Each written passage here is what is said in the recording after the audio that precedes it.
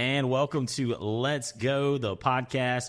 We're actually, like I was talking to Connor about this the other day, we're going to get this thing on Spotify. It is his personal mission. Personal. This podcast has created a lisp for me. Created or revealed? I think the older I get, so I feel like I can say this without offending anybody. The older I get, the more I feel like Daryl Beasley. Yeah, let's cut that. What? Because most people don't know who it is, and then Daryl would appreciate it. Daryl would appreciate it. I promise. Every time he walks into a room, this is the only thing he says about me. He goes, Harrison Lilly, it's like the GOAT. I taught him everything he knows. His short stint here, he quite literally, and I think he's being very serious anyway. But I mean, hell, if that's the worst thing that happens, whatever, you know. Yeah. So, what does that have to do with your lisp? Oh, because the older Daryl gets, he just says stuff.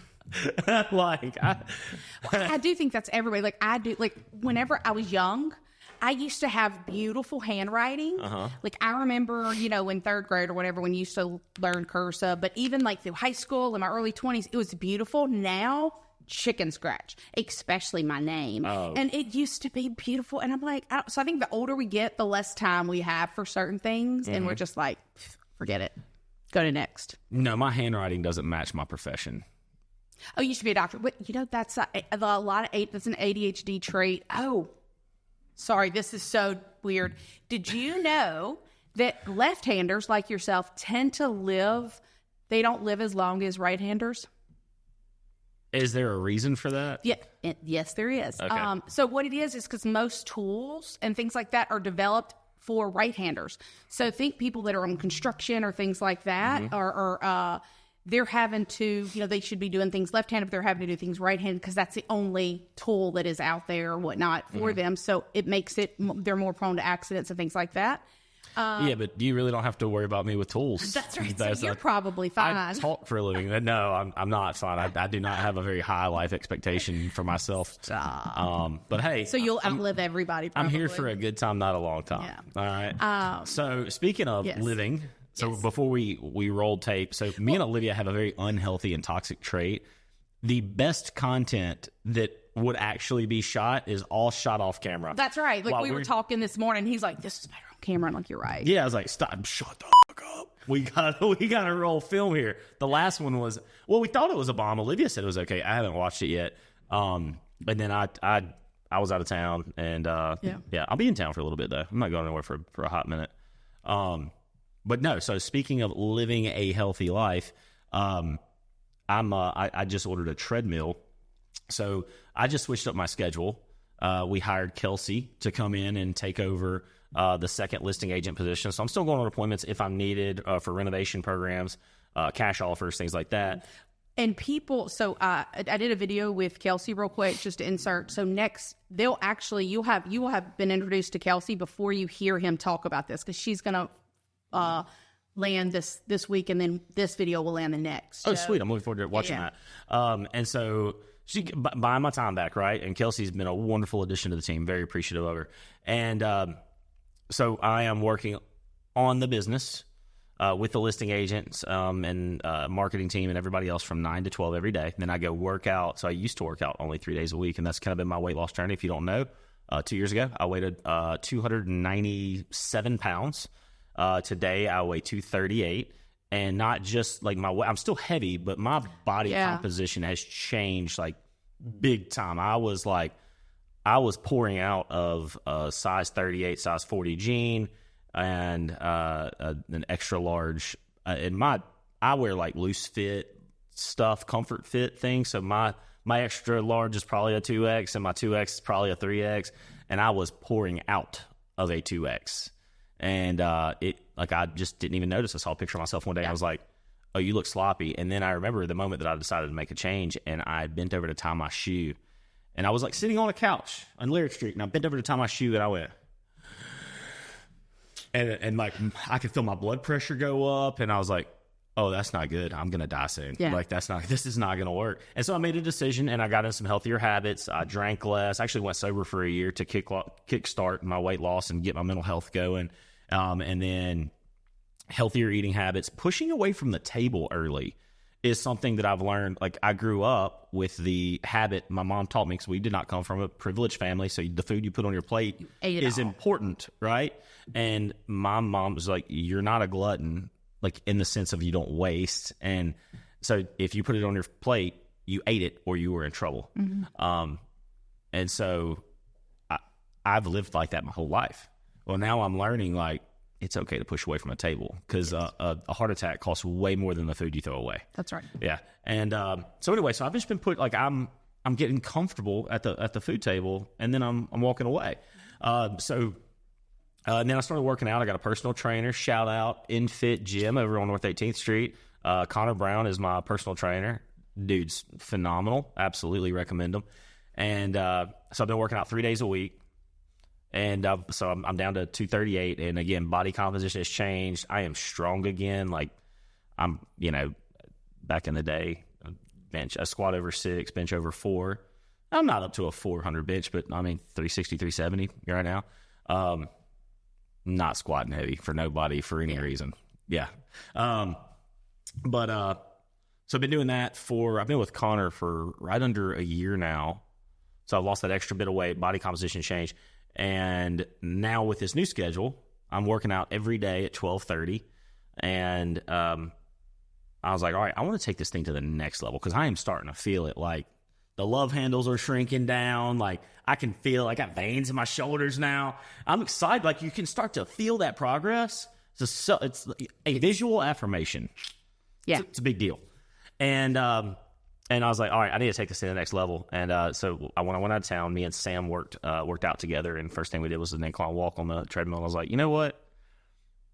I need to be doing something in the morning anyway, because I'm listening to a podcast. I'm listening to an audiobook. I was like, why don't I do a 30-minute incline walk before my hot tub session every morning? And so I'm going to do that. And I told my trainer what I was doing. He said, dude, you're going to look amazing next summer. And I was like, it's not really about how I look. I care about the way my clothes feel on my body. The confidence I have knowing that I don't have to sit a certain way to contort my body a certain way. And also, I believe that your appearance and your name and all that walk into a room before you do. Like, I can tell you, like, pretty privilege is a real thing. And you walk into a listing appointment or an acquisition appointment, or you're asking people to invest in your product, and you look like a slob, they're going to go, you can't take care of yourself, much less manage my money. Yeah. Right? So people want to see someone who is taking care of themselves. Right. So anyway, so we'll take this thing to the next level, and we're working on becoming more disciplined in our daily habits. Yeah.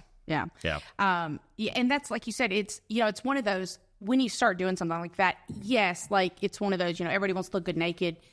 That's a happy side. I'm way over that. But it's a happy side effect. It really is. It's more when you're, like, starting to feel physically strong, and the more you do things, the more it's like, I can do hard things. It makes everything else simpler or easier. And that's, you had said that, and I have been, so I had the injury. Oh, we're about to get on Olivia, guys. Yes. I need crowd participation. Yes. Because the coach is getting coached today. Yes. And it's so funny, right? Like, knowing something makes no difference to doing it. And so, for 2 years, I didn't do a whole lot except for my exercise for my feet. And I think depression and all that, because I couldn't run. And it was this whole mind fuck, for lack of a better word. And Connor will have to bleep that out. But then like, I got out of the habit, and now it's not a time. And that's, if I had more time, it's not time. It's legit creating just doing it, right? Creating that synergy to getting started. Starting the new habit is the hardest part. Like, so to be clear, I do not like physical activity in the morning. My mornings are typically very slow. Like, my brain doesn't even like to move first thing in the morning. I'm a night owl. Like, I was programmed in the bar industry. Yeah. So, as a kid, like every kid goes to bed late, plays video games, sleeps in, right? And then that behavior was exacerbated tremendously through my profession from the time I was 18 to 27 years old, which was bars. And so I'm going to bed at 3, 4, 5, 6 a.m. Sometimes so the sun is coming up, I'm going to sleep. And then I'm sleeping until 12, 1, 2 in the afternoon, and then get up and I'll do it all over again. And so that's something that's still programmed inside me. So I actually catch my energy after, like, it takes me a little while, and I need the sun. And so starting that new habit is really hard. And so you just, in the morning, do something hard. Well, so one of the things that had helped me in the past, and I'm a big believer in, there's a book called The One Thing. There's a book called The Atomic Habits. Great book. Oh my gosh. But part of it is the dots, one at a time. Well, and changing your mindset. So for instance, if, right now I'm doing the 66-day habit where every day it's you have to move. Yeah. It gets like whatever that looks like for me that day, I just have to move. And even that's challenging. And I'm like I'm not even talking, like it's very interesting getting back into that. And but I really that's my next, I was telling Harrison this morning, I think that's my next thing is I'm, making the commitment, hiring the coach, doing the activities. And a lot of times for me, it's that accountability. Like if I tell somebody I'm going to do something, I'm going to do it. And so literally telling people hey, I'm going to go, he was not giving up on that. Okay, I am going for a walk today. Okay, I am going to do this. And I think, that keeps a lot of the accountability because I am going so far backwards in my health journey. And it was so fun. I remember at 39, I was healthier than I've been in my entire life. I mean, even high school, I was. That's a great feeling knowing that your prime should be in your late 20s, early 30s. You start getting to your late 30s, early 40s, especially getting in your 50s. That's when you expect to put on some weight. You expect for things to change a little bit. But it's a great feeling knowing that, hey, I can do anything I put my mind to. Yes, does your body slow down? Does your metabolism slow down? All those things are factual true. And yet, there's ways to combat it. Your habits beat all. You don't have, that's right. You don't have to accept it.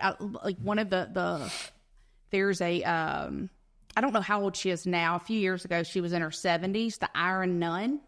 She was in her 70s. She's an actual nun. And the reason they call her an Iron Nun is because she runs Ironmans in her 70s. And I don't mean she's coming in dead last either. And so that is just, I'm that just blows my mind. Don't go wherever you're going. Do you feel like you know where I was going there? I feel like I was. It feels like a horror movie with a really 80s porn. Yeah. That's all I could think about. Hits, don't go there. So anyway, there's so much you can do, and there's a lady there's so many people in their 70s that are so active, and they're running out there whipping my ass in pickleball. Yes, yeah. And so you don't have to just settle, and it is such an important part because when you do, another great book, Can't Hurt Me by David Goggins. Eddie Bailey begged me to read that book. I haven't read it, mainly because it says something about running, and I'm gonna go ahead and give you guys. It's just about hard things. Is that all it is? Yeah, is it's it just hard things? I'm okay with hard shit. Yeah. So it's just about how do you do hard things, and David Goggins, and whenever I started running, that was a book that somebody had suggested. I can't tell you, and maybe that's what I need to do too, is go back and listen to that. But I had some really good advice from runners when I decided to start running. I said, and so I talked to some people that was runners and been runners for a long time. I said, what should I do? What should I know? And maybe I should call them again. I had one lady, Dawn, I ended up coaching her later, but the best advice I ever got, she was telling me all these things, and then she finally said, just don't be a sissy. And I was like, okay. Because that's a lot of times when you're running, you quit running, not because you are so tired you have to stop, but literally your brain says stop, but your body could keep going. Because there's pain involved. Yeah. Yeah. And then David Goggins' book, Can't Hurt Me, it's basically do the hard thing, and there are rewards for that on the other side. And but he's got a really cool story, so that may be something that I need to go back. Is just don't be a sissy, and then go back to that book, because I can't tell you how often I listen to that book on training runs or on a run, because if you wanted to give up and then you listen to that book, you can't give up. Right. Yeah. I'm just gonna push through this. Yeah. like, I don't, he ended up being like he was a Navy SEAL. He had to go through like 3 times, and they were like, if you don't, he kept getting hurt. Major hurt, like broke broke stuff, so it was, and so they were like, if you don't make it this time, you're not going to make it, and how many people would have just given up, and again, I wouldn't blame anybody for doing it, but it's the whole thing of you can get through this, and so it was really cool. But yeah, so that's, I'm at the point where I have been saying since before February. I'm about to call you out. Let's get it. I'm going to do this. I'm going to do this. So we're going to do it or what? I have an idea. Well, we already have the or out there. I don't work real well with the or. Oh no, I've got a great one. Okay. Connor, I need a pen and a piece of paper. Because she can't say this out loud. Yeah, your dog.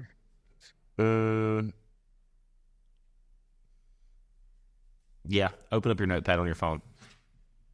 Okay. I do this with Chris Rux, and it's great. This is how I hold him accountable. Hey. Smoltz, we're recording. Do you need something? Like, you need what? I was letting you know I was here. Oh, okay, you're good. Have fun. Hey, good job last night, dude. You crushed it. Even though that dude blew you up in a bull rush twice. Dude, I saw your head jolt backwards. That dude had 100 pounds on you. That number 62 or 66 dude was... That dude was a monster. Good job, though. You dominated. Okay. All right. I want you... Now, do you need to type it out, or do I need to type it out? You got this. All right. And Olivia's much more positive human than I am, or at least she does her best to be. Yeah. I want you to write the name of a person that you could not stomach giving money to. That doesn't do anything. That doesn't bother you? Oh, no, because I'm going to put a painful amount of money on it. But that doesn't. Why? Because you won't do it? No, it's the... Yeah, I've attempted to so you have people that are motivated by by that, and I have used that when I'm coaching people before. Mm-hmm. That doesn't do it for me. It works with Chris every time because he writes the same name down, and I'm like, can you imagine you having to write him a $5,000 check? And he's I'd rather kill myself. Yeah. Maybe that's because I don't have anybody that I'm that There's not. You don't have a nemesis on this planet. I don't. Yeah. See, that's why I knew. I was like, I don't know if this is gonna work. But what for me, it's. I've got to live in integrity, and if I say I'm going to do it, I've got to do it. Well, then I'm just going to sit here and call you a liar now. Yeah, I think for me, it's I am living outside of integrity, and so the 6-day challenge is my first step, and but it's Where's your now break the chain? hiring Open up the break the chain app. How we doing? You forgot to hit the X a few times, didn't you? I have. So I think my next step though is I haven't done it since the 2nd, and we're on the 7th. Actually, I did it on the 5th. I haven't done it, but I keep breaking the chain. But I do think that my next thing is, just like you said, okay, at 12:30, I'm going to do this. Mm-hmm. I think I've got to go back to what works for me, and also bring in I'm going to have to hire a coach or join. I'm not good enough for you. I see how it is. No. I mean like a workout coach, or find somebody that's already working out and join them. So my personal trainer, and it's not an egregious amount of money, right? Like each workout is $60. Mm-hmm. That's what it boils down to. And I still because I like to be a good steward of money. I don't like to miss. Mm-hmm. Because he's fine. He's he'll literally send me back a text. You paid me anyway. That's fine. If you'd like to waste money today, that's cool with me. He's like, I'm going to go eat lunch on your dime today. Have a great day. And it's funny because he just says that cool, whatever. Yeah. Well, it works for you, right? Because then it's this money piece. So yeah. I don't buy dudes dinner for no reason. But yeah, so that's it. Really is and it might be where me being able to tell people. So this may be where you can help me as far as the accountability is to be able to publicly. Sure. Okay. That's what I'm best at. But to be able to, have that person that I can say, hey, I did what I said I was going to do this week. Because I think that's for me, that's the crux. It's whether it's working out or anything else, it's did I do what I said I was going to do? And, because that's what really bothers me if I tell somebody I'm going to do it. And there are things that sometimes you'll over promise. If the moment I realize that, I will go back to that person and go, hey, I know I told you this, that, or the other, but because of XYZ, like, that's really not going to work. I need this much time or whatever. So if I say I'm going to do something and I don't do it or clean it up, like that hurts my heart. Yeah. Like, so I think that's the ticket. So for me to say, to tell you every Saturday, hey, I did all right, my guys, so every week we're just going to call Olivia out on the podcast and go, hey, did you do it or did you not? Yeah. And then I'll leave it up to you guys to make fun of her in the comments. That's fine with me. Yes. And I'm also, so this is the other thing I think that I did is I went too far. Mm-hmm. For instance, so my intent was to be to do a 100-miler by the time I was 42. Mm-hmm. Well, the month of my 42nd birthday, I ended up, 40. By the month of my 40th, which was my second attempt at the 100-mile, and I hit the 86. Mm-hmm.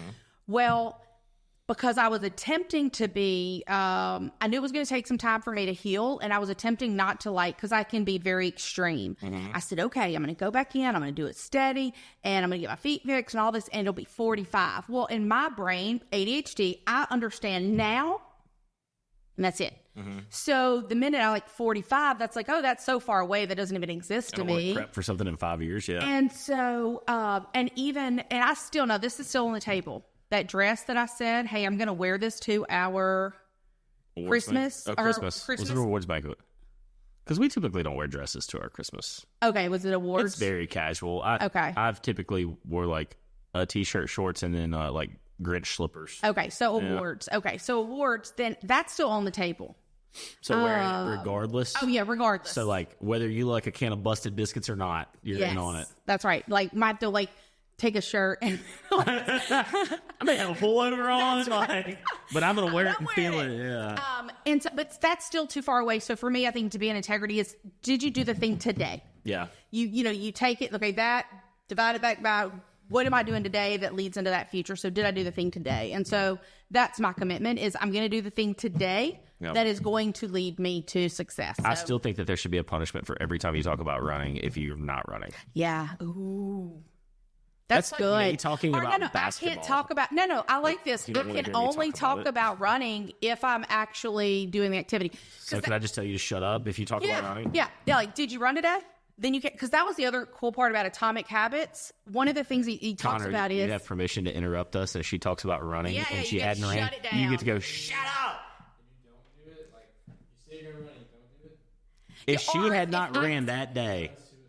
Yeah. Well, no, or if I tell a running story, you're going to literally just an alarm, and you cannot use that anymore. Just shut it down, because that's one of I do enjoy utilizing that in my coaching and how that mindset. Yeah. I'm going to walk in all your coaching sessions shut up. That's right. Well, that's where Atomic Habits helped, because when I was starting to run, it was it's all, are you behaving that way today? So what do runners do? Runners run. Yeah. When runners are hurt, what do? They walk. They do something, right? They're runners, they move. And so I think that was yeah. Okay. Fair enough. I'm in on being rude. I can handle that. So again, if there's something that you're not doing that you desire to do, have people in your world that will call you out about it.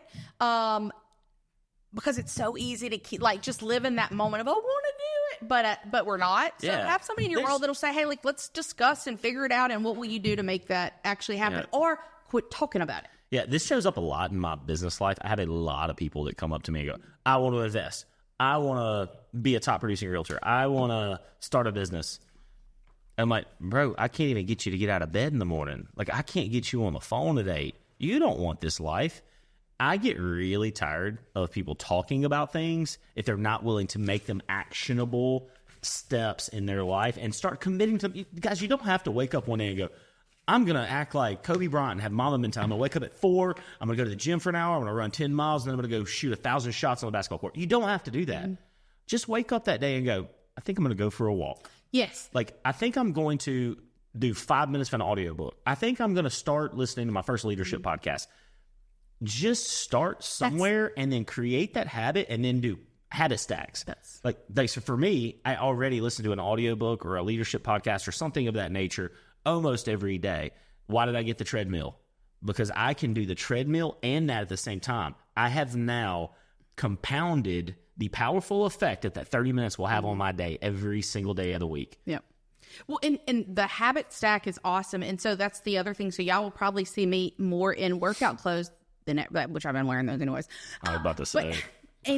That's the other thing that I've discovered is I'm done with this. I already got my shoes on. Or there's no, I don't have to switch. You just walk out the door. Is that a thing for you? So I think we talked about this actually. I don't function well unless I am completely dressed with shoes on. I know some people have this thing about shoes in their house, but I wear shoes in my house. But no, I don't even want to because upstairs, I had that ring light and I'll get in front of my smart board and record every now and then and stuff. I don't do that without shoes on. And it's just simply for the fact that every single day that I get up, I do the same exact thing within 2 hours. I eat the same thing. I do it in the same order. It takes me about the same amount of time. And I do that every single day. And then I get completely dressed no matter what I'm doing today. Yeah. I have to be, so this is the thing is I have to be dressed for the activity. So for instance, this is where I'll have a challenge. So today I have makeup on, right? Yeah, I walked in, I was like, Olivia. Yeah, I can have earrings. I do like earrings. Look good on you. So whenever, so that does make it easier for me to go to the work or do a podcast or something like that. Where I run into the challenge is, okay, now I got to go home and I got to change in order to work out. Well, so this is where I discovered before what works for me is, but you know what? That's an excuse because you know what I can do? Just like this, walk on a treadmill. You know what I mean? So that's where you so for me, that's part of some of the things, but you just figure out what you can do there are reasons. You can't let the reason become the excuse. And so figuring out a way around that. Reasons or results. Have both. Yes. Oh, so you mentioned this, and I wanted to point out. All right, so we're about to go into. So she's going to talk about that book, which I have not read, even though she did take that out of my house. I know. I was like, seriously, you have the book, you haven't read it.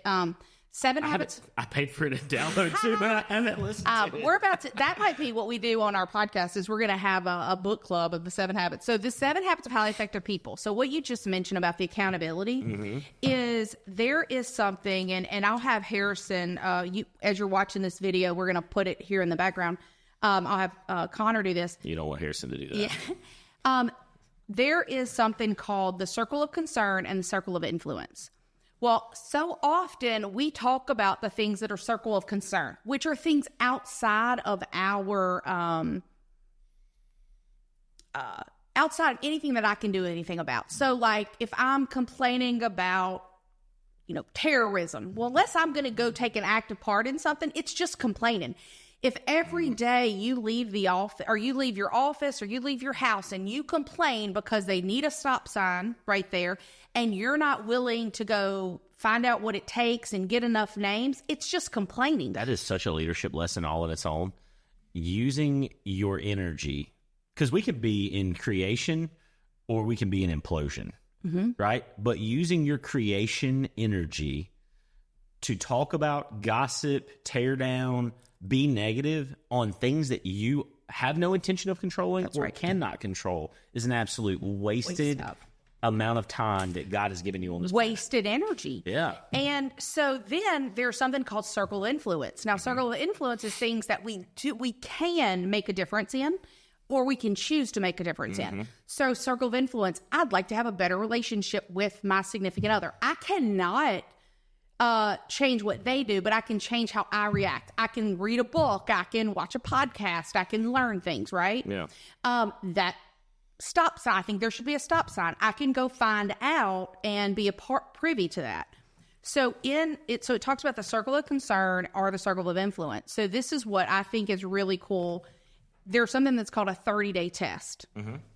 And you don't have to go, so the 30-day test is, testing the principle of proactivity for 30 days. So for 30 days, work only in your circle of influence. Make small commitments and keep them. Be a light, not a judge. Be a model, not a critic. Be part of the solution, not part of the problem. So take 30 days And if it is not something that you're willing to do anything about, don't talk about it. You don't focus on it. You let it go. And you focus on the pieces that you can do. I love what I think it was Mother Teresa said. It's not about solving everybody's problems, but is there, like, how can I help this kid? How can I help this? And if you help yourself, your family, your loved ones, your people at work, if you inspire them, that changes the world. Talking about what the world needs to happen, that's just rhetoric. You're not changing anything. You're making the world worse by doing that. Why is it the only thing I can think of is how much better the world would be if everyone would put their shopping cart where it belonged after they got out of the grocery store? But that's the whole principle, though, right? It is. Yeah. It's like if everyone, just like what you just said, right? Like, you're talking about things that you can't control, but if everyone just did their part, just that 1% better, and 7 billion people on the planet made the planet 1% better, the changes that we would actually have. But instead, we're using our creation energy on the circle of concern rather than the circle of influence. Circle of influence, creating solution. So I went to this course one time, and it was awesome. And they were talking about be the person, So are you putting your basket up when you leave, the grocery store? If you see trash, are you picking it up and throwing it away, or are you just complaining that somebody did this? Yeah. If you're in the bathroom, are you leaving it the same or or better than when you came in? Meaning, it's somebody, you're at a office or whatever. And throw away your trash or wash your hands on the way out. That's right. And if you see a piece of paper on the floor, another piece of paper, pick it up, throw it away. Be that person.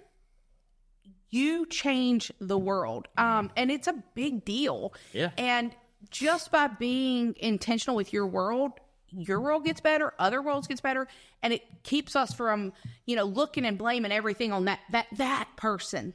I hear this a lot this is a little bit different, but it's so interesting to me. So I've got 6 brothers, and I've got a few of them that watch a lot of TikTok and Wait, who watches TikTok in your family? I'm not going to say. Is it Chuck?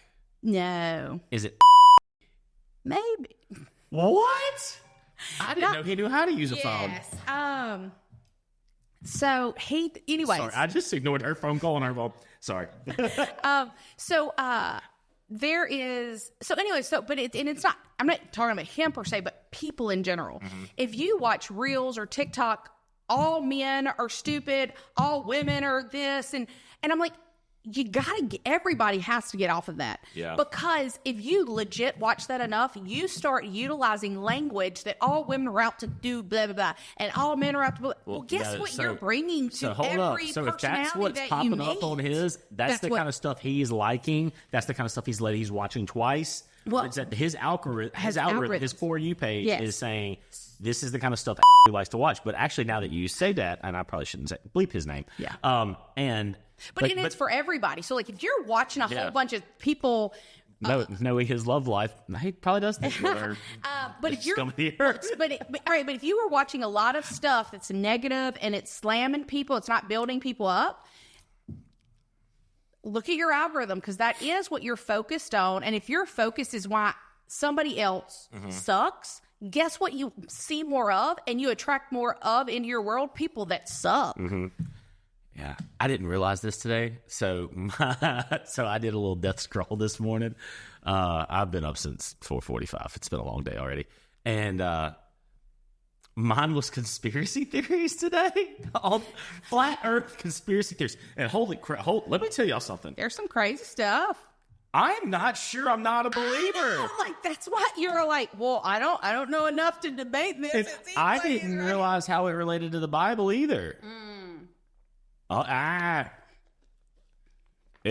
telling you, it's got some. Well, that's the other thing. If you watch, it's kind of like if you watch something like that, and you're like, okay, those things make sense. You have to then go and watch something that's up, so you can see what is what. Well, and those people lie all the time. I catch them in blatant lies 24/7. So I don't believe. And yet, like the conspiracy part, I'm like, what if it is flat? What if Antarctica is just an ice wall around the Earth and the Earth is actually flat? And why can't you go to Antarctica? Why can't you fly over Antarctica? Yeah. U.S. government, what the hell? Or my favorite, talking about conspiracy theories. You can fly over it? I can't fly over it? There's a comedian that is hilarious, and he does a whole bit about, he's like, look, I only have one son. And he said, and so just let you know, the government has many people that they're over, and I'm over just the one son. And he does this whole thing, and he goes, now, if you're somebody that believes in all the conspiracy theories, but you don't believe in one, not one, I'm only over one person, and I lie to him all the time. And I'm kind of there. Like, I don't believe in all the conspiracy theories. Do I believe that there are some? What's your number one conspiracy theory? Is we probably wouldn't know it. Like, it's hidden in all. My thing is a lot of the stuff that we look at, the conspiracy theory that's none of that. That's all on the open. They're doing that because something else is going on back here. Oh, I think that's 100. I don't think that's a conspiracy theory. Like, you look at the things that are going on and what they put on the news, but then you hear of, right, like this crazy thing going on in this part of the country, which is way more newsworthy than but nobody, some weird political something, right? And you go, that's way more important than this. What do you not want me to know here? Well, some of that, yes, and some of that also becomes in that circle of concern because I'm not willing to do anything different. Oh, well, that's why. So just to be clear, I just don't. I don't watch the news. Yeah. I typically do not consume content at all. Well, I do consume content. I do. What I like to do, though, is I listen to anything that I listen to. Doesn't matter who's telling the story. I figure that that's only one perspective. And you know everything around it. So if you really want to get involved, you've got to learn more than just that piece. Become the expert. And because if you think about, like, I'm pro-government, but I think they need to be involved in a lot less. So I'm more like a libertarian. And again, I don't like, but like, I think that they need to be in their fingers should be in a lot less stuff. And with that said, though, I go back to when I went through Washoe leadership at the chamber. Really, you should go there. It's really great. But I learned a lot of stuff about, like, even like people complaining about the roads. And then I learned, or blaming somebody about the roads. And then I learned a lot of the way that things are set up. And I go, oh, like, then that wasn't that person or that, like, but people don't know. And so they make it that person's fault, or somebody gets elected because of that. But it wasn't even something that they could have done anything about because something that. So that's where I like, I try not to spend a lot of effort on conspiracy theories and things like that way, because I think it is a hole that can get sucked down into. Yeah. So I definitely think there's aliens. Oh, I think we would be dumb to think there isn't. You're telling me, like, we have this vast thing and there's nobody else? And I'm sure there are. I'm curious about the Earth being flat. They haven't. The reason aliens haven't come here is because they're like... Connor's behind the camera just dismissing me. Yeah. All right. So, all right, let's go back to... My thing... Irregardless of either of those, they don't impact my world one way or the other. Yeah, like we did just illustrate for you guys accidentally how easy it is to live inside the circle of concern. That's right. We got sucked into the circle. And that's how easy it is. Yeah. Because sometimes my family does get annoyed with me because they'll go talk about stuff and they'll like, and I'll shut it down or I won't participate. And I understand because they're just talking, but I'm like, we could have created something in the amount of time. We created something. Yeah. All we're doing is like creating division, and we're complaining about stuff that has nothing to do with any of our world. Let's create something instead of worrying about that. Yeah, absolutely. And it takes more power to create than it does to destroy. Like, think about this, like from a construction standpoint. How much more fun does it sound if I said, Olivia, I'm going to give you a sledgehammer and you just wreak havoc in here? Or if I said, Olivia, I'd like you to build me the staircase. That's right. I'd like you to create. And how much more time would it take you to create that staircase rather than destroy it. Well, and energy. So we talk about time, and a lot of that's energy because especially like, so me, I don't know how to build it. I would now have to spend time learning and asking questions and all that. Now, by doing all that, I would become a better person, whether or not that became a professional job or anything, but just because you're creating, right? It helps you in other avenues of your world.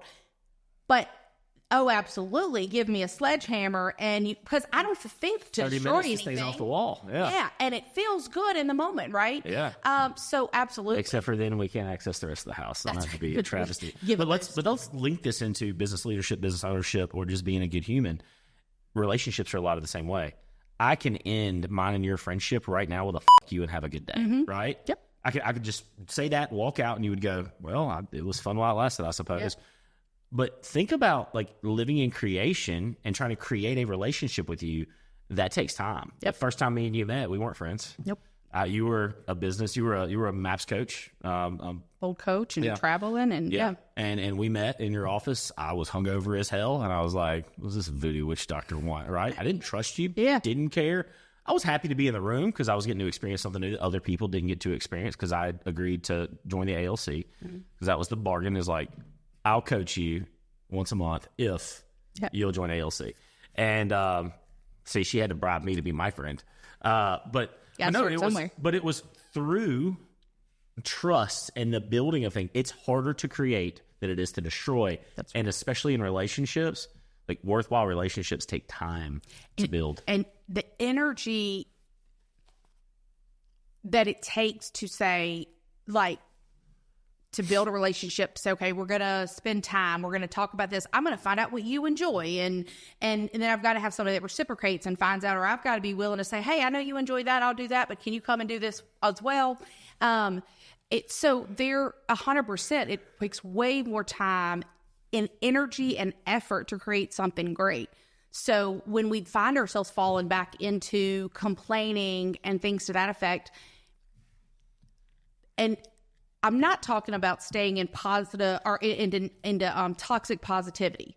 It is 100% okay, and I think needed to say, you know what? We're creating this thing, and it's hard, and right now it kind of sucks.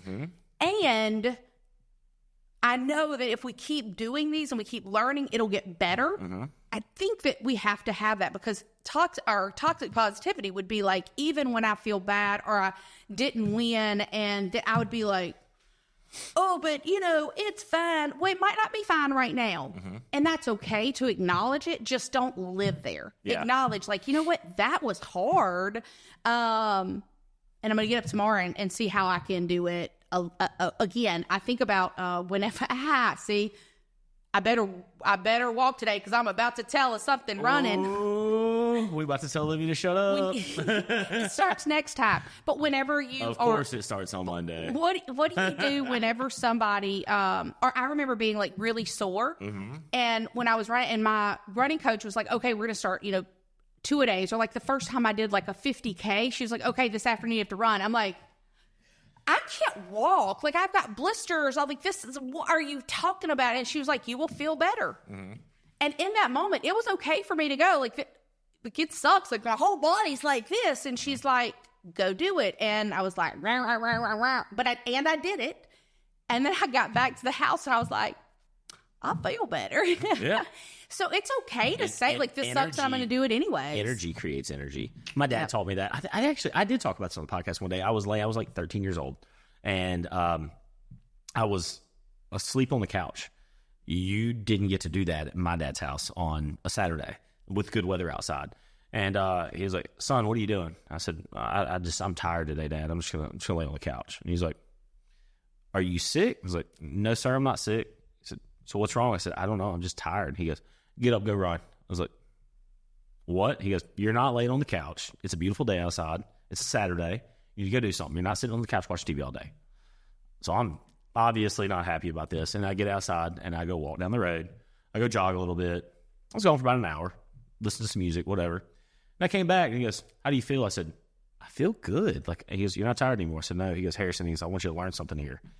Energy creates energy. Yeah. When you sit dormant, you're going to stay dormant, and you're going to get lazy, and you're going to stay tired. That's right. Sometimes you have to fight how your body feels and go do something that's going to be good for you, and it'll change your whole day. That's right. And I was 13. I was within a year or two of 13. Yeah. And that lesson has stayed with me my entire life. It's a great lesson. When I feel bad or I'm depressed or whatever, I don't want to, right? I want to sit up there and I'm gonna pop a whiskey bottle and at noon and go, I'm done for the day. I'm just gonna sit here in depression and drink myself to death, right? And then sometimes I go, you know what? Throw on some shorts. I'm just gonna go walk. Cancel my appointments for the day, whatever. I'm not good for them today anyway. That's right. Yeah. And I'm gonna go walk. 3 hours later, I've walked 5-6 miles. I've listened to something edifying to my soul and my spirit. Yeah. And I go, day's not so bad. Yeah. I think I'm going to go call somebody and create something today. And so you have to do that. Energy creates energy. It's super important to understand that. And I think it's also, so let's talk about while we're on energy, burnout. Yeah. Yeah. And this is something that you deal with me on a lot because I will work myself to death. That is just I'm a workhorse. And that's what I tell people. Like, I'm a workhorse. Let me work. I want to create. I want to work. I want to invest. It's just what I do. But then I become burnout, and then I don't quit because I feel like the expectation of people on me and the not just the expectation, my expectation for myself, and also the fact that like I'm just a GSD guy, like get shit done. And I feel like I need to do it a lot of times. Mm-hmm. And so I will burn myself out to a point where I become toxic. And so before the podcast started, this was something I said, Olivia, I think I've discovered something. So I just took a week off. I went and took my daughter to a shopping trip in Dallas for her 17th birthday, and then took the team to Dallas for a Tom Ferry conference. And so I had 7 days away from everything. I did work a little bit, but for the most part, I leveraged everything. I took important phone calls only. And when I came back, I was in a better mood and all that. And I realized I was listening to some of our podcasts, and I went, I don't even like listening to myself.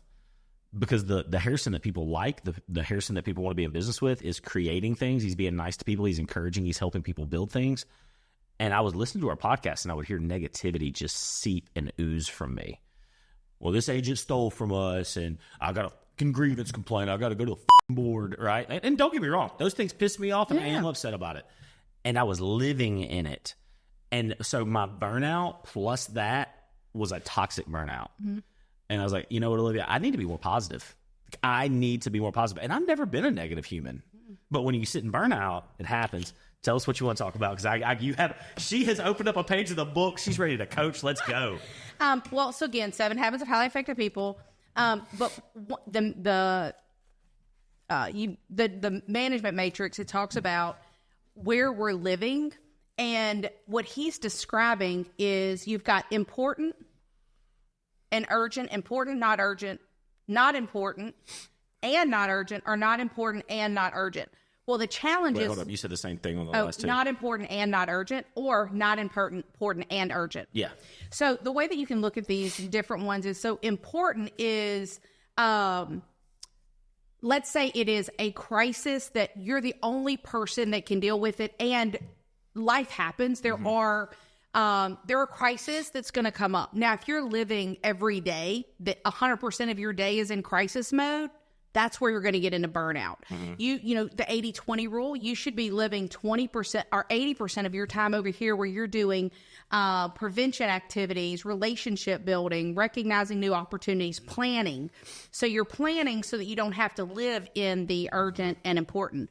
Now, this not important and urgent, typically that's other people's importance. They put things on you and you accept it like it's important, and it's not. I can give you a perfect example of this.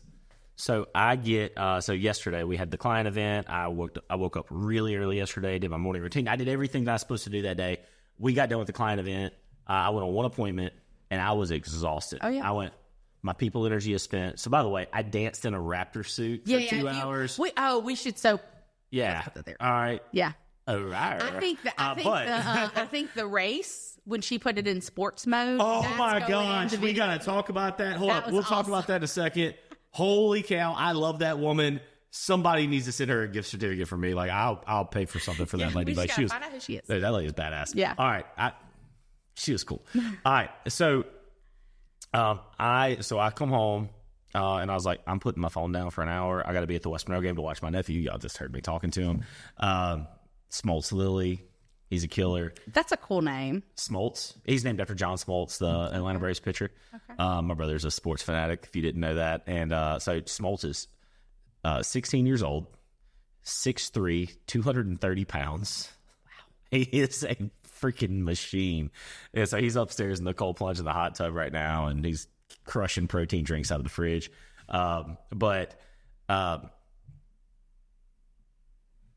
Okay. So I knew I had to go to the game. And I was like, I got to take a nap. My people energy is gone. I'm tired. I got to take a nap or I'm going to be mean to people. So I lay down. I put my phone on silent, charge it, take my watch off. I'm disconnected. I sleep for 45 minutes. I wake up to 20 text messages. And I got a text message from one person, and it was, this person had 2 showings today. They want their feedback right now. It's a Friday night. Their showings were at 5:30 or 5 and 5:30. It's 5:50. Yeah. Just so everybody's aware. Yeah, like those people that were that they looked at their house, they're probably still looking at other houses. They're looking at other houses. They're processing. Their agent isn't even a place that they could give you feedback. Their agent's trying to go to dinner with their family on a Friday night. I'm not calling unless there is an emergency. Yeah. Unless your house is burning down. And to be frank, if your house is burning down, 911. I'm not 911. I can't help you. I will call 911 for you, but it'd been a lot quicker if you'd just done it. So anyway, and that just like when somebody impressed upon me their urgency, which was not urgent and was not even relevant in the moment, and I got super irritated, and I was like, woosah, we're going to coach you on this, Yeah. So yeah. But anyway, so often, right, because something like that happens, we think, oh my God, they're going to be mad. So then we deal with it. And then, so what happens is we then end up, so part of this, not urgent and important. And that's where 80% of our time should actually be in.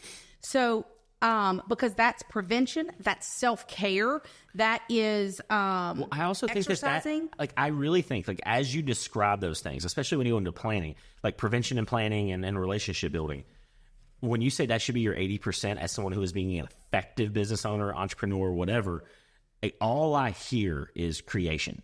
Because if you're creating faster than the problems arise, then you're winning. If you're creating systems, if you're creating an SOP, if you're creating just effective habits inside your management team, inside your leverage team, you won't have an issue anymore. That's right. And that's because everything will stay right there. And then once a month, you'll get a phone call like, shit, just hit the fan, Harrison. We need help. That's right. Like 100%. And that 100%. Because if you're always dealing with crisis, it's because you're always pretending like that's the first time that's ever happened. Yeah. And most businesses know, that's not the first time. You've got to put something in a place so that doesn't come up. Yeah. Well, so what happens is, so when somebody lives in quadrant 1 for too long, because remember, it's important and urgent, and they're not spending enough time in this not urgent, fixing those things. What happens is, this is where stress, burnout, crisis management, they're always putting out fires. This is where people burn out hard, because what happens is, I want you to imagine when you're living in quadrant 1, what's happening is, for anybody that's ever been on, on the beach, you go out in the waves, and a big wave comes down and knocks you down. And as you're starting to get to your feet, another wave comes and knocks you down, and you're so irritating. You can't ever get up, and eventually you are so tired. That's exactly what happens when you're living in quadrant 1. Can I make a request? Yep. Will you coach this on Wednesday with the team? I will. Let's do that. Okay. Yeah. And that's also, so this one, not important and urgent. We call that the yes man or yes woman. You're a yes man, yes woman. Shit for other people that you have no business doing. That's right. And and the thing is you're doing it out of obligation, but you then turn around and you're mad at them because you did it. Then you should not have been there. That's right. If I am going to do something with resentment, I'm not showing up. Yeah. And I've learned that about myself, because I used to would go, I'll do it. And then I found myself, I'm on the way to do that thing for that person. I call somebody else. I'm like, this is bullshit. I'm just, why mad at you, blah, blah, blah. I'm like, why am I doing this with an angry heart? Well, that's what that tells. So the cool part is notice those things. So if you notice yourself doing that, that's a good indicator. Go, oh, I slid into quadrant 3 and I didn't even realize it. And because quadrant 3, if you live your life there, short-term focus, crisis management, you become your reputation becomes a chameleon. You see goals and plans as worthless because you're like, I don't want put in a plan because I can't do it. Well, it's because you're living your life like that's going to preach. We're going to talk about some quadrant 3 at this meeting on Wednesday. Get ready, THLT. You feel victimized, you feel out of control, and you have a lot of shallow or broken relationships. So again, 7 Habits of Highly Effective People, and there's a workbook that goes with it. I would love to, if we had enough people, I'd love to do I want to. When we get R2 open, and that's one of the things I want to do with you in R2 for your consulting and coaching business, is I want to take the members of that and then like do 2 book clubs a year and go deep dive into entrepreneurial books, leadership, recruiting, sales, whatever. So I really think, because part of the goal of that, if y'all don't know this, R2 is 18,000 square foot office building where we're renting it out individual offices to business owners because we want it to become a hub. A hub, but an incubator, a hub, a leadership team of entrepreneurs. I don't even have to own your company. Like, you can come in and rent and be a part of our ecosystem and our referral teams. We're looking for people, like-minded people. They're looking to grow. And if you want to doing own small business with and them, not do anything big, and you don't want to treat people awesome, I don't want you there. We want people who want to freaking change what Monroe has ever looked like. And I believe, and by doing that, we change the world. That's right. So what I also wanted to say this, because I think we're probably right at it's 11 o'clock. Yes. I was about to say, we're near 2 hours, Olivia. Yeah. I thought we were way. But I did just hold up 1 second. I mean, this is not important to anybody but me. Welcome to the Tesla family. Your truck is here. I am going to be here. Oh no, no. They don't deliver to Louisiana for some legal reason. I have to drive to Tennessee. You just told me that. I completely forgot. Yeah. But it did just officially arrive. It's officially in Tennessee. Me and Sam are at 6:30 a.m. on Tuesday. We're going to hop in a car together. Yes. And we're going to get a cyber trip. Well, next time, I love long road trips, so I want the invitation for the next one. Well, if Sam can't make it, I'll just tell you to come. So the other, so this is the other piece that I wanted to go to. So before we started today, you had mentioned, you were like that, I'm always, sometimes you feel pushed because I am talking about like the next piece of your world. Oh, okay. Yeah. No, that was a great topic, actually. All right. So earlier, and this is when me and her were talking, and I was like, shut up. We got to start the camera before we start having a really good conversation. And I find myself with having conversations with Olivia, and there's actually a sense of frustration sometimes with me and Olivia, is that she will not allow me to sit in good enough for very long. Like, I could tell her, like, hey, you can just celebrate it. And then, like, hey, I just had the best month I've ever had. I just made this much money, blah, blah, blah. She's like, great, what's next? Right? And, like, you can take tonight, go have a margarita at Don Chewy, and then tomorrow, like, ass-kicking time. Like, what's next? And so I remember this specifically, and this is kind of how I linked the dots together. That's why I made this statement. I said to her earlier, I said, every time I'm in a season that things are going well, and things are going well right now, she is always pushing me to the next skill. And I never understand why that skill is important. And this is, let me bring you back to like A1 from day one with me and Olivia. I've told y'all the story about what kind of business would you have to own, who would you have to hire, what systems would you have in place, how much marketing would you have to spend, how much money would you have to spend to get this many leads for you to list 20 houses in a month. And I remember... And because you were super excited because you listed 5 that month, and that was the first time you'd hit 5, and you were like... Well, I'm thinking 5 listings a month. And it is good. That's 60 listings as a solo agent. 60 listings, average, I believe, is a 73% success rate. I have a mid to low 90 success rate, so I'm crushing the hell out of that. But... so I'm sitting here thinking like, okay, so I've already got 50 plus closings in the bag. Okay, so for anybody who doesn't know, 50 closings in a year in Northeast Louisiana. Anywhere. You're a rock star. Yeah, you're a top 5 realtor here. Yeah. And that's before you even consider buyers. Well, if you're marketing correctly, if you have an actual game plan, you should be getting 1 to 2 transactions per listing if you're marketing and prospecting and following up correctly. And so I'm sitting here going, boom, I'm at 100. And again, as a solo realtor, that's a big old business.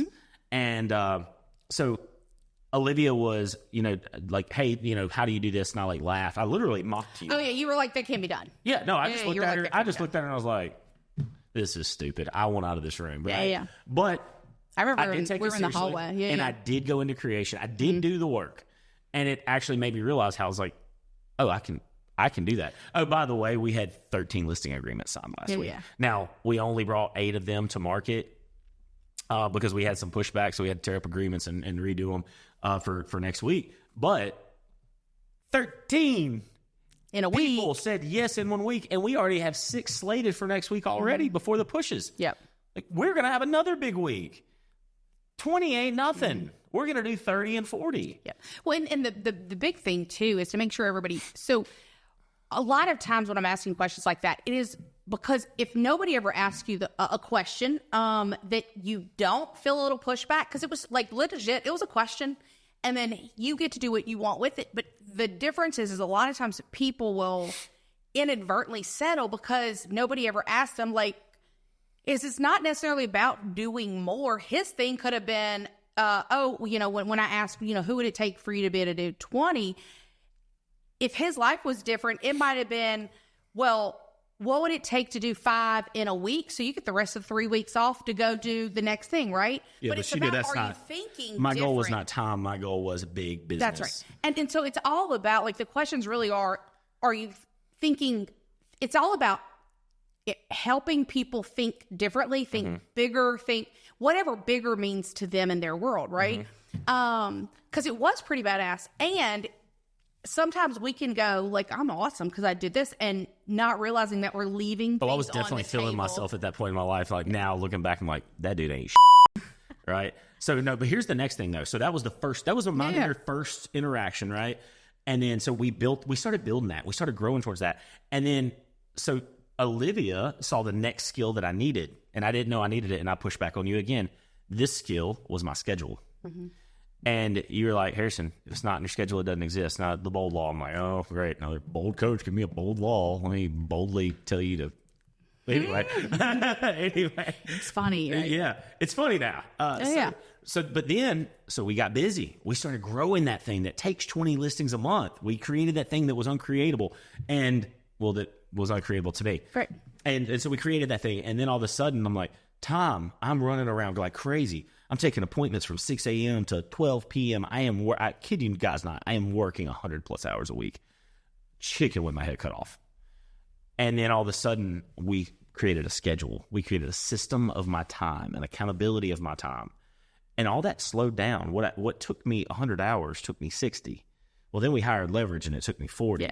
And then we grew the business bigger, and I went back to 60 to 80, and then we hired more leverage, and it went back down to 40 to 60, and then and then it went up because the business got bigger, and then we hired more leverage, and then it's all like, and I'm back down to like a 40 to 60 right now, and it's great. That's why we're buying more businesses. And so now I got excited. I'm buying a business today, by the way, guys. Well, I'm trying. I'm making an offer today. All right, I'm not trying. I'm going to do. We're going to succeed. Well, you're making the offer. It may or may not work because it may or may not. Well, we've agreed on price. Now we got to agree on terms. And the terms, do not fry your books if you want to sell your business. Yeah. Anyway, all right. So we started talking about schedule, and then boom, I initiated that, and I just went through the dichotomy of that already. And so then there was that skill. The next skill was leveraging more of my life. People make fun of me for this. I do not clean my house. I do not wash my dishes. I do not mow my yard. I am probably a year or two away from never filling my car up with gas ever again. I'm probably a year or two away from never cooking my own meal ever again. I do not know what my bills are. I do have a P&L. Like no, it's something you don't know. I'm not the one that pays them. Yeah. I don't actually know where my insurance policies are. I'm not the one that gets the bids. When we make travel plans for the team, I don't know where we're staying, and I don't know how we're getting there. Well, but that's partly because it'll be that's probably a good thing, or that's a very good thing. Yeah, but you don't want me doing that anyway. Yeah. But no, so like leverage. They would get there and not have a place to stay. Yeah, no, I have friends that make fun of me like, oh, Herschel doesn't do anything. Herschel, my own brother. Yeah. Herschel doesn't know how to work. Herschel don't know how to use a tool. Like, no, I do, but it's not the best use of my time. So I'm listening to, for the second time this year, Buy Back Your Time by Dan Martell. I intended to start a book club. I made the advertisement for it like last November or December for the new year. And I had like 50 people sign up to do book club with me. And then I failed because we had some, I had my boat rocked. Like we had 2 producers leave. And I was like, oh, I got to get into production here because I got to cover that side of the P&L. We got to make sure that the ship is right. And it is. It's great. Yeah. And so,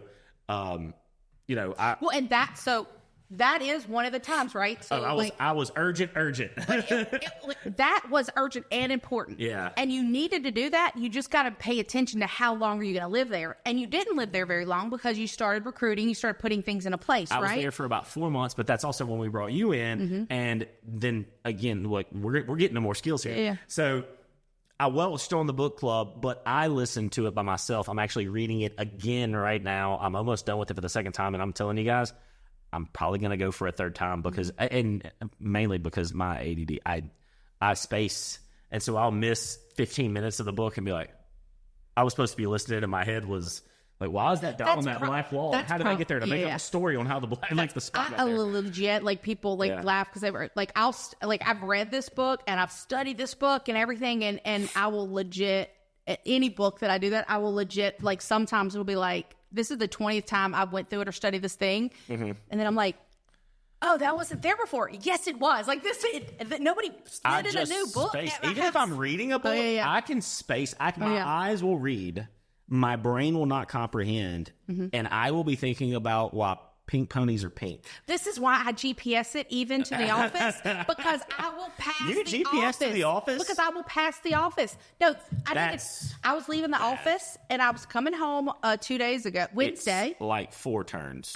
But it doesn't matter because I'm thinking about, like, it's I probably Is that bad, Connor? I probably shouldn't drive, in all honesty, because, like, I was going to the bank. So I'm getting the Tesla truck. I'm never driving again. I was supposed to go home, I was going to go home. I was, like, deciding to go to the bank. Mm-hmm. So I put in my GPS, go to the bank. I leave your office. We need to do, this. I'm at Cross Keys on McMillan, right? Mm-hmm. Very close. I get to thinking about something else. Even with the GPS on, I didn't take a right. I went to the interstate. So then, which thankfully interstate, I took a right. It's the same thing. You're good. It's fine. But like, I legit, like, so I'm wondering how often I drive. Like, it can't be safe.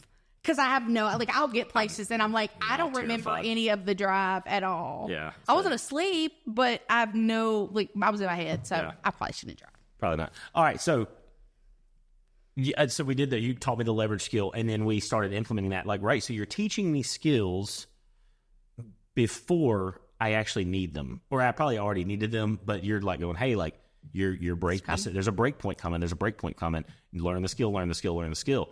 And, so now, and this, how you coached me on this in, one of my negative podcasts, and I just was not having it that day. Like I pushed back on you. You were talking about my phone, mm-hmm. and I was like, I'm not doing that. I'm just not. Like, but in fact, I'll tell you this. While you were talking in my head, I was actively telling you to go yourself. Yeah. Like I was like, it's not happening. Well, and that's sometimes I think people get like when they're being coached, they think that they always have to be in this coachable state of that sounds great. A lot of times, even me with my coaches, usually my first reaction is, MFer, I'm good at this. And then you think about it and you go, okay, that was a good point. That was a good point, right? Man, he's already got a bleep. You can just say it. I mean, he's got work to do already. All right. No, so here's what happened. Are you ready? So I am with Addison. Now, for those of you who don't know my familial status, I have no biological kids. There's 2 children that I love dearly. I've been raising a girl since she was 3 years old. She's 17 today. She is the sun of my universe. I love her to death. And it's her 17th birthday, so I took her on a shopping trip to Dallas. And she had specifically asked, like, "Hey, I know it's Friday. I know you got to work, but like, I want to have fun." Yeah, like pay it. Be here with me. Be present. Be where your feet are. Yeah, I love that saying. Be where your feet are. And that means get off your phone, like be present, you know? And so we go to this place called Activate, and it's like a bunch of mini games, and we're there, and I'm getting blown up by realtors. Blown up. I don't know how to use a lockbox. And it doesn't matter. It was interfering. Are you offering a commission? Yeah. No, Olivia, it was, I'm in there for an hour and a half with her where she asked me to be present and off my phone. 5 phone calls in a row. Yeah, because you were in your not important and urgent. Phones rings, we tend to think it's urgent even though it's not. Oh, well, no, I didn't answer. And then I'm getting text messages. Yeah. Why aren't you answering? I can't get into this house. Are you offering a commission on this house? Neither of which, like, the information is in your text and your email on the lockbox. And the commission is absolutely irrelevant. Yeah. Get your agreement signed, show all houses they qualify for, negotiate your commission, and make a deal. And all of that's irrelevant because you shouldn't have ever dealt with it because... Well, so I got mad. Like, I got, like, tears coming to my eyes, mad, frustrated, want to throw my phone across the room. And I was like, she asked me for one thing.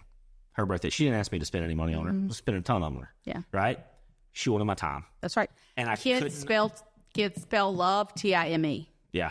And so when all I could think about is Addison's like, Harrison, come on, we have 5 seconds to get in the room, and blah, blah, blah. And I'm sitting here talking to a realtor, and I was actually like, somebody read, I said, it's in your text and in your email. Please read. Yeah. And then I went, okay, now I'm in negativity. And I turned my phone off and I put it in my pocket and I went, you know what? It's not my problem tonight. And so I'm dealing with problems inside my phone because my phone has been a business line for so long. And you told me a month ago that there needed to be a solution to that. And I was open to it and yet, like, not necessary. Yeah, I told you 2 years ago, too. But I called Amy the next day. No, it was that night when we got out of that place. It was a very mean text message. It was to Amy and Amanda in our Foxhole chat. And it was like 8 F-bombs. And I was like, I want this effing phone number off of my phone. I'm tired of these effing conversations about things that are not important at all because their people won't teach them. And anyway. Well, it's don't be the receptionist.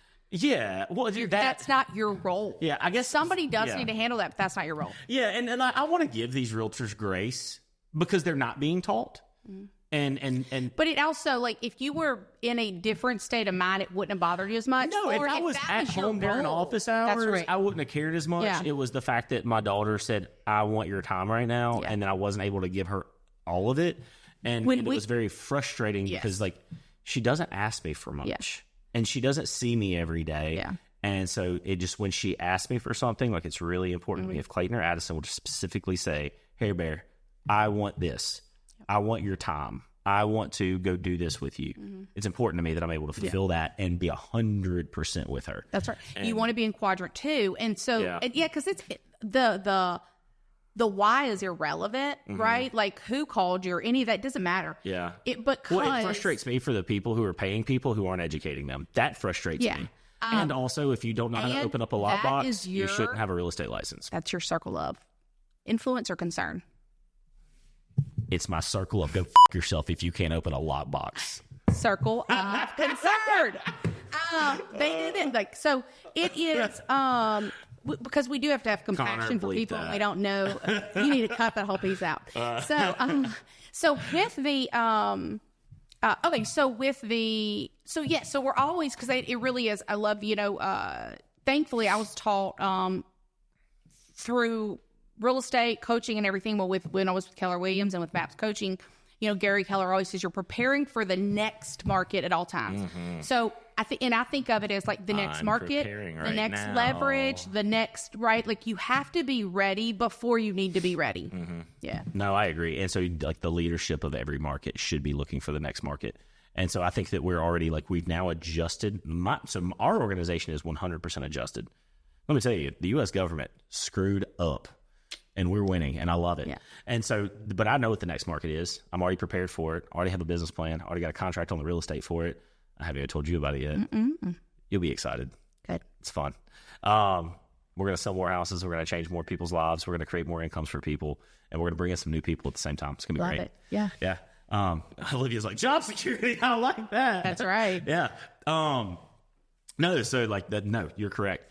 So anyway, I told Amy very explicitly this has to happen. Like, I don't know what we have to figure out. I don't know what it costs yet, but like, we need to figure it out because this can't happen again. It's not fair. And I'm going to defend the people who called me and annoyed me. It's not fair. I understand that they had needs in that moment and that they were underprepared for the situation or just didn't even try and wanted to make it my problem. And we're in a customer service business, and it is to be clear, I was nice to everybody who called me, and I responded to everybody. So if you're a client out there, be like, well, let's go to my house. No, I answered, and I did my job. And I should not have had those calls. And so now I'm like, okay, well, how do we make sure this never happens again?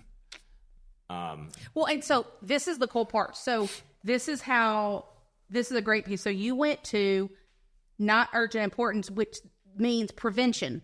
So how do we make sure this never happens again? It doesn't mean it's never going to happen. Is going to answer the phone and their job is customer. So, right? Like, that's just not you. Like, so that's and sometimes prevention doesn't happen immediately. Like, I used to have, and actually still do have, like a list of, on my time management thing, I have it used to say to do, and I changed it to never do again. And so if something comes up, if I have somebody call, like when I was selling real estate, this came up, like I would have, if people called me to ask questions, I would put never do again. Not because I minded, like I'm talking about from a client, not because I minded them calling me.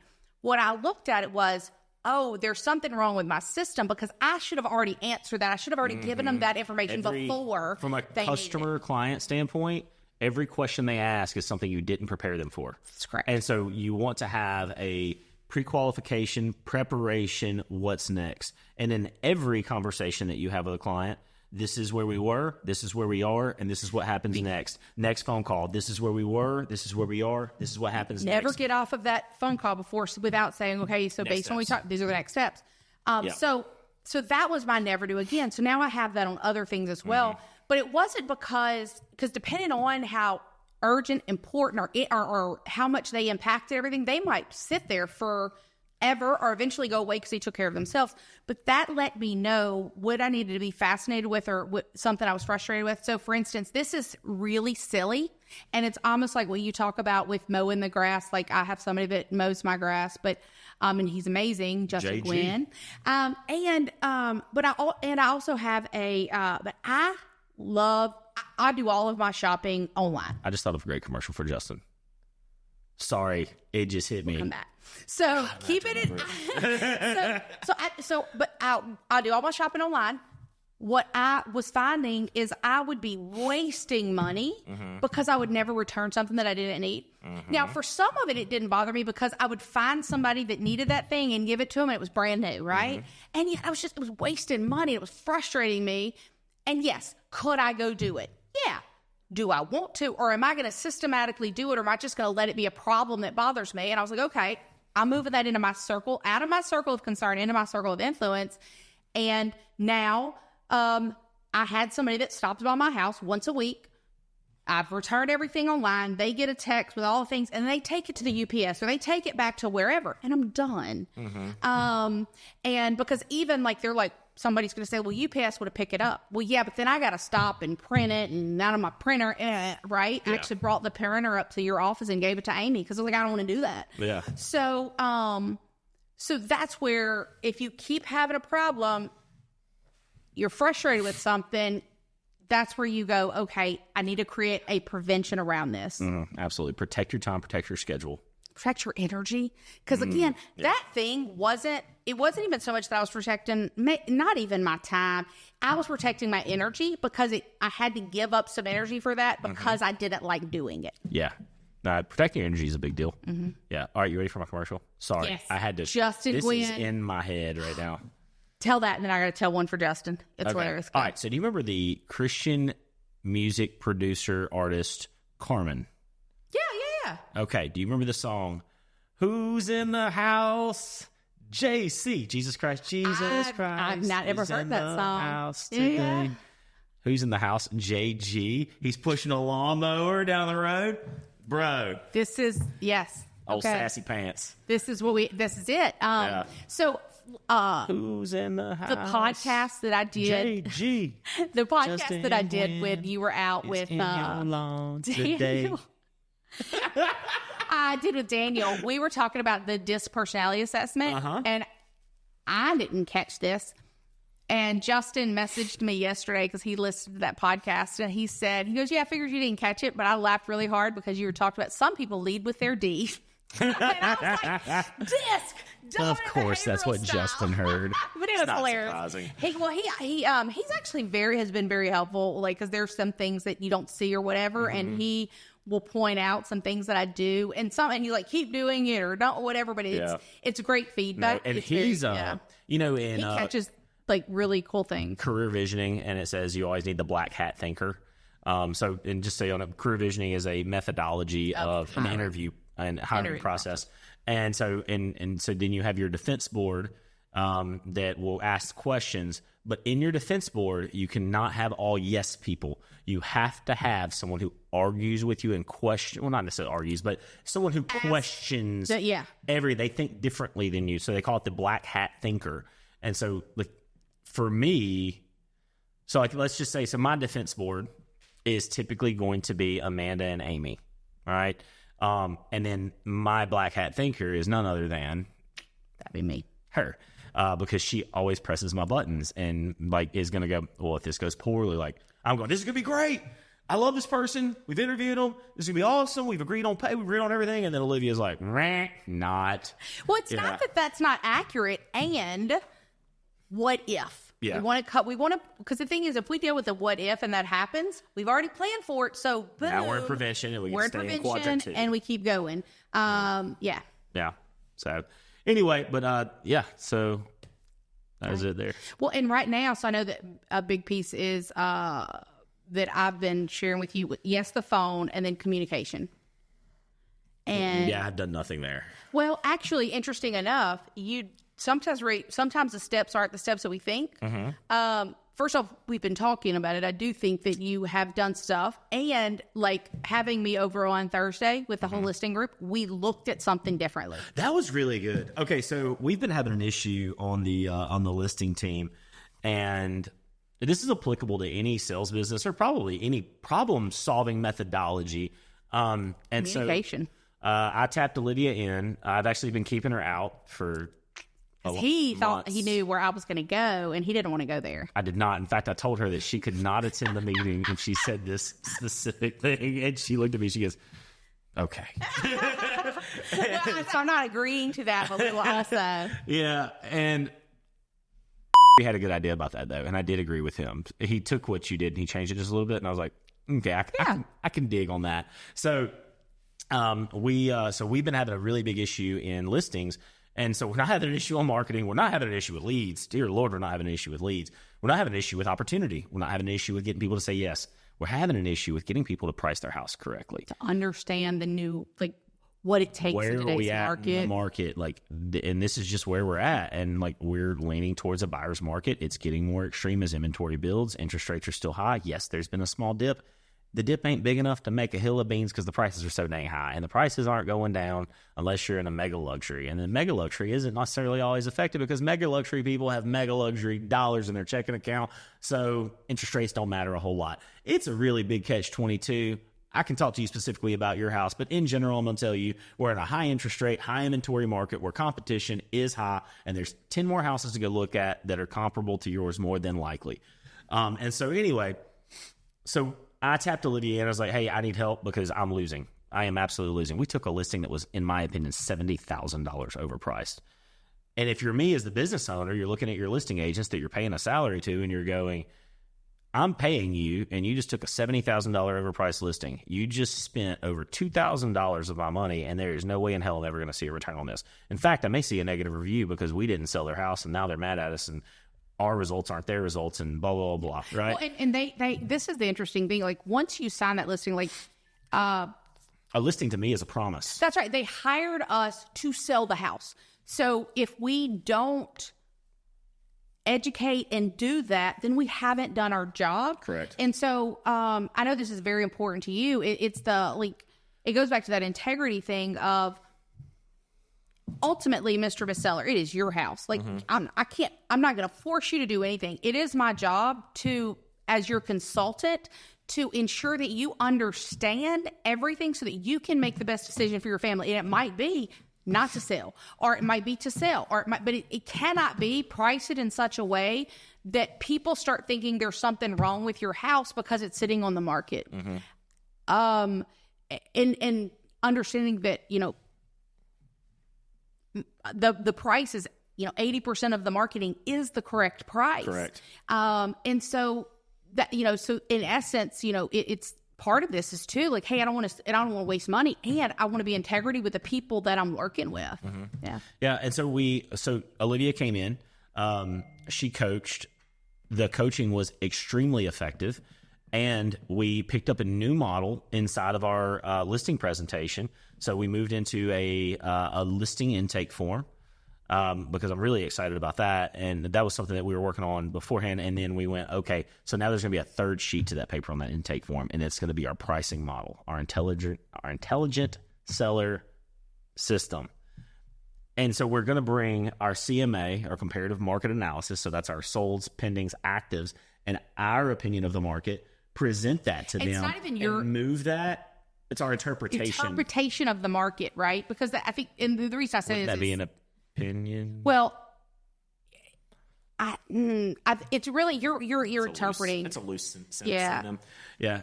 So anyway, but moving that data into a visual model and putting these prices there and going, here's where we're at. Here's the thing over here that's going to stop you. I'm not giving you all this. You're not getting it. Anyway, here's this situation. Here's this situation. This is what you're coming. This is what you're running up against. Here's your pricing. Here's the lid. Yeah. So we have now drawn a ceiling. Yeah. Remember, because this is not in the box, and yeah. I mean, where'd that come from? That's not in the box. But it is, right? Like, are we in a wholesale market? Are we in a regular market? Are we in a premium market? Sellers need to understand that and everything that's going on. So that's what you're now becoming the educator for them to be able to make the best decision. Yeah. And I had 100% buy-in from the listing team on that. I was super excited to see that. They were excited, and Kelsey and Sam both were immediately like, "Hey, Kelsey eats off every plate that you serve, right? So she's very smart. But Sam is skeptical. He's skeptical. So whenever you left, and I was like, all right, guys, feedback. Like, Olivia's gone. You can be honest now, right? Like, you don't have to hurt anybody's feelings. And Sam was like, I love this. This is awesome. We need to implement this immediately. I was like, perfect. Let's start role playing. Yeah. So I immediately got up there and did a role play, and Sam was a complete jerk of a seller to me. Yeah. And he was still like, yeah, I think this is going to work. Yeah. He's like, I really like this. I said, dude, I love this. I feel like this is going to solve a lot of our problems. So anyway, I'm excited. Kelsey went and got like $30,000-$40,000 worth of price reductions immediately after. Sam went and got 60, 70. He got a $50,000 price reduction off somebody using the script and the model that we use. Because they get to, so now they know what they need to know in order to make the best decision for their family. Yeah, and so just for consumers out there, that's not us taking equity off people's plates. What's going on is we're, as professionals, and by the way, guys, there isn't a person that takes listings at THLT who is not top of the market. Like, no one sells more listings than I do. That is a numerical fact. But you're also, so this is the interesting thing, is sell more and sell for like a higher percent, right? Like, it's not like you're selling more because we're putting it way down here. No, we're still getting very much top of the market. Yeah, no, we're setting records in subdivisions, but it's through our pricing methodology that we were not able to communicate well, because it's like a doctor coming in and speaking medical terminology to you, but you have a high school diploma, right? And so we're going in there. So it's a doctor explaining something to a lawyer explaining something to a doctor. Yeah. It's a different field. It has nothing to do with, like, you can be very intelligent. Well, I look at it this way. So my CPA, I think of myself as pretty intelligent. I actually help people create their P&Ls for their business because that is something that I know how to do, and the percentages. But you're not an accountant. But I'm not an accountant. So whenever I hired my accountant like 3 years ago, I literally told him, I said, I want you to talk to me. Like, don't talk to me as somebody that is like, oh, Olivia's smart, she knows this. I said, no, I want you to talk to me and explain things to me like I'm a 5-year-old so that we don't miss something because you thought I already knew it. And so, like, literally, and he's been amazing, but literally I will call him sometimes. Daniel Robinson, he is out of Columbia, but he is he'll work with anybody. But one of the things that that I like about him is like he probably doesn't do this to other people, but I've given him permission. I'm like, you can be rude. So like, I'll read a book or I'll find out something and I'll call him, and he's like, not applicable. Yes. And he's like, I know you just finished reading a book, and just because they said it that then, and he'll explain it or whatever. And I'm like, great, that's what I need to know. I have permission to push back or even say, just like a homeowner does, I get it and I want to do it anyways. And he's going to go, now, hey, that's on you. It's fine. That audit's on you, not me. That's right. Yeah. And yet, like, so that's to me is the difference. It's just we're in a different language. Like, part of the reason that people will hire a realtor, they'll hire a coach. I heard this the other day and I used it on a call. It's somebody asked, should I hire a coach? And I said, I'll turn that question back over to you. I said, I think of a coach as think of it like moving. If you decided to move today, could you move on your own? Yeah. Sure. Would it take you a long time and hurt your back, and would you lose money and stuff like that? Yeah. Or do you hire movers and you get it done like that? I'm like, so could you get to the same place potentially without a coach? Sure. Could it take you 2, 5, 10 years and a lot of money and headache? Yeah. So it just depends on, how quickly you want to get there. And you're going to pay for it either way, through experience or through something else. So we can go fast track and we get there quicker, or we can go the slow way and you can just hurt your head a lot. Yes. Yeah. So that's to me, like, what that communication skill is so important. So, and where that came with it was, if what we're saying isn't being effective, then we have to go, okay, is there another way to say it? And most likely to get to better, we got to get through different. And so often we can't see the different. And so that's where bringing me in, you guys got to move through something different. Because that's what, like, when I was there, I was like, look, you guys are amazing at what you do. And in this market, one day we'll go right back to the way it was. Yeah. But in this market, we need to say something different so we can get to better. Yeah, no, absolutely. And then just being able to communicate and show it differently, it's already impacted. I have full buy-in by 2 amazing agents. And so I it was a great meeting. It really was. It was awesome. Yeah. So, when Sam gives you props, like, you just gotta, you had a good day that day. Yeah. Because he doesn't even like it when I'm coaching. Yeah, that's right. Dude gets on his phone, plays games. Yeah. He learns from somebody. I do it badly. I do. I cannot sit there for that long. I'm struggling right now, for being honest. Like, if y'all know, I don't have a cocaine addiction. Like, I don't like sitting down. Okay, I want to get up and go move. That's right. Yeah. So same. That's why I thought we were done. You thought we were done? That's funny. I am. I'm there. Yeah. I'm good. I think we've had a productive podcast. Anything else you want to talk about? We have a lot more video to shoot today. We're working on things. Yes. It's going to be fun. No, I think I would love to hear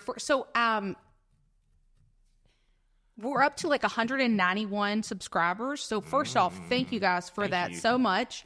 And my intent is for us to get to, 1,000 by the end of the year. I'd love to get, how quickly can we get to 500?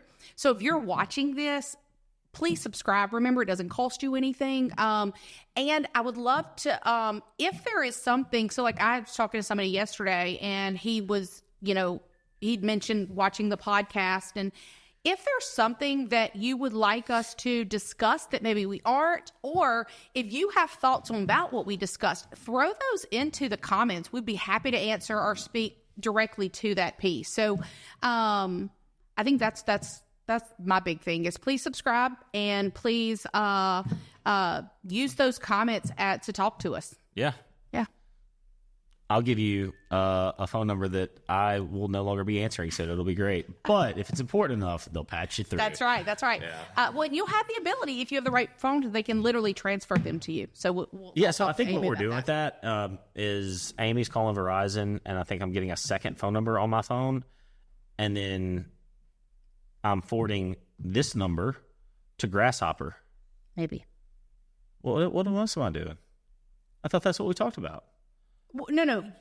Yes, and depending on what all grasshopper does is if that's the way that you want to go. Okay. We can talk about that. Yes. Anyway. All right, guys. Thank y'all so much for watching. We appreciate you. Patience. Thank you for sending in your email complaint about the inactivity for a week. Well, I love that. That somebody was... That's the processor for Susie Dawn. Yeah. I posted to Harrison. Was like, what's happening? We haven't had a podcast dropping for 2 weeks. And I'm like, the fact that anybody even knows that. I was honored. I was honored. I was like, look at this, Olivia, we're famous. Like somebody cares. Yeah. So just shout out. Yeah. So Olivia's mother, going through some health issues, but we've had great reports. And Miss Anne's doing well. Yes. Super excited. Yeah. Yeah. And then, so she's been traveling a lot for that. And then whenever she got back in town, we were supposed to record. And then she was gone. Like on our way back. So we spent a week at MD Anderson. On Friday on the way back, I'd even text you like, hey, we're going to, party. We're going to, play with dogs or whatever at my house. I got home and I think I was like, you're like excited to get home. And then I crashed, all excited here. I was like, I hope nobody comes here. So you remember how you used to treat, I used to treat, still do treat you, like I would say something to you and you would I would expect you to just know what I meant. Yeah. Like you did that to me and I was like, so you said something like, do you want to record today? And I could tell, I could just tell through the text that you were like waffling on it. Like you really just wanted to like lay down. And I was like, no, we can always record later or we can just make up for it next week. No big deal. Like you already have some backlog stuff to post. And then you went, I'll see you later. And I'm like, so I waited at my house. I was here till 10. I was like 10:10, and I was like, when I woke up and I saw 5 minutes late maybe, but I think at 10:10, I think what she really meant is I'll see you later. So I went to Sam's to go grocery shopping, and then I get a text message at like 11 or something. Like, no, I mean like I'll just see you around, and I was like. That's a cool explanation. Like, I had no idea. I felt terrible after that, but I literally, I had got up and everything, and then I just went back to bed. Like, I was just done with people, done with everything. Yeah. But yeah, I felt terrible after that when I finally checked my phone. It's fine. I really needed to go grocery shopping. Like, I was out of water, Propel. I was out of protein drinks for Smoltz. Like, I had to go grocery shopping. But we have now surpassed episode 20. So that's super exciting. And, that's it. That's a wrap. Kelsey and I figured out let's go. I've been attempting this way. I'm right-handed. See? Much better. Hey, look at Olivia. All right, guys. Y'all have a great day. Thank you so much. Bye-bye. See ya.